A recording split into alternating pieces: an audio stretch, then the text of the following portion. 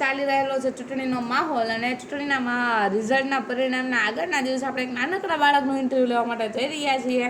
તો આપણી સાથે જોડાઈ ચૂક્યા છે એક નાનકડું બાળક, જેનું નામ પૂછીએ આપણે. તારું નામ શું છે? ખુશ. ખુશ તારું નામ છે? હા, તો ખુશ, તમે તમારી કઈ સ્કૂલમાં ભણો છો? વેદમાતા ગાયત્રી. અને જે ગાયત્રી સ્કૂલ છે તમને વેકેશન આપે છે? હા. ક્યારે ક્યારે હોય છે તમારું વેકેશન? એક ઉનાળામાં હોય છે. અને બીજું? શિયાળામાં. શિયાળાનું ઉનાળામાં વેકેશન હોય. આ શિયાળાનું ઉનાળામાં જે વેકેશન આવે છે એમાંથી મોટું વેકેશન શા માટે અપાય? મોટું એસીમાં બેસવા. એસીમાં બેસવા માટે વેકેશન અપાય છે. અને ભણવા માટે. ભણવા માટે? તો તમે ભણ્યા હતા ઉનાળાના વેકેશનમાં? ના. નહોતા ભણશું. કેટલા દિવસથી આવે તે ભણશો? 10 દી. હા. અને તમારી સ્કૂલ છે એમાં તમને કોઈ બીજું વેકેશન આપે એમાં તમે શું કરો? એમાં બહાર જાય ફરવા.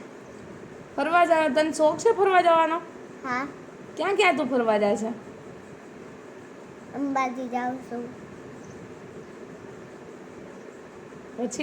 પછી મુંબઈ ગયા હતા મિની વેકેશનમાં. મિની વેકેશનમાં મુંબઈ જઈ આવ્યો છો? મુંબઈમાં તને શું ગમ્યું હતું? હોટેલમાં રોકાવું. બસ? ફરવું ના ગમ્યું? હોટલમાં રોકાવું ગમ્યું? ફરવું ના ગમ્યું? ફરવું ગમ્યું હતું? ક્યાં ક્યાં ગયો તો ફરવા? સમુદ્ર જોયો તો મુંબઈમાં મોટો બધો છે? હા. કેવો લાગ્યો? મસ્ત. મસ્ત લાગ્યો તો? મસ્ત લાગ્યો? ખાટો મીઠો ગળ્યો કેવો આવે? બ્લુ બ્લુ પાણી હોય એમાં તો. બ્લુ બ્લુ પાણી હોય? તો રિવર ગ્રાફ્ટિંગ કર્યું હતું તમે અંદર? નહોતા બેઠા? ઓલી તાજ હોટલ હતી ત્યાં બેઠા હતા. તો પણ મજા આવી હતી એમાં? હા. અરે વાહ. હવે તમે કાલ ચૂંટણીનું રિઝલ્ટ છે તો તમે શું કહેવા માંગો છો કે હમણાં 1-2 દિવસમાં રિઝલ્ટ છે તો કોની સરકાર આવશે એવું કંઈ? રિઝલ્ટ મારી મમ્મીએ લીધું જ નહીં.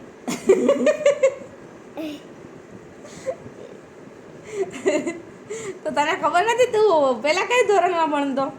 કેવનમાં. કેવલમાં ભણતો હતો? અને હવે કયા ધોરણમાં આવીશ? પહેલામાં આવી જઈશ? K2માં આવી જાય. પણ તું તો પહેલામાં ના આવવો જોઈએ? ના. તો બાલવાટિકા?